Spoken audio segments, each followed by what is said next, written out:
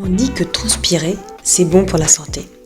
On dit que transpirer, ça permet d'éliminer les toxiques de notre corps, ce qui est complètement aberrant parce que ce n'est pas possible. Les toxines, c'est à base de ce qui est produit par la plante ou l'animal. Et donc effectivement, c'est plus facile à les éliminer. Et les toxiques, c'est les produits chimiques. Et les produits chimiques se dissouent dans la graisse. Et la graisse se mélange très mal avec l'eau. Donc nous sommes faits d'eau.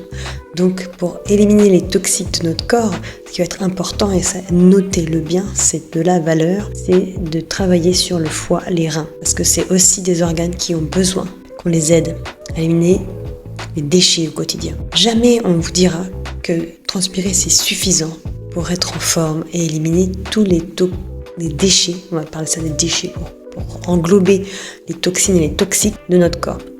C'est les morceaux de puzzle qu'on va mettre les uns à côté des autres, petit à petit au quotidien, qui vont faire que le corps va doucement, plus ou moins, suivant la personne, être en équilibre et pouvoir éliminer cette poubelle qu'on transporte comme ça depuis des années, des mois. Du coup, qu'est-ce qu'on peut faire pour ça ? Et ben, c'est ce que je disais. Ça veut dire que, bien sûr que c'est bien de transpirer, de faire attention à ce qu'on mange, de ne pas amener trop de toxiques et de toxines. Le corps ne peut pas bien digérer, donc les macronutriments ne sont pas divisés en micronutriments, donc c'est compliqué de récupérer tous les minéraux et vitamines.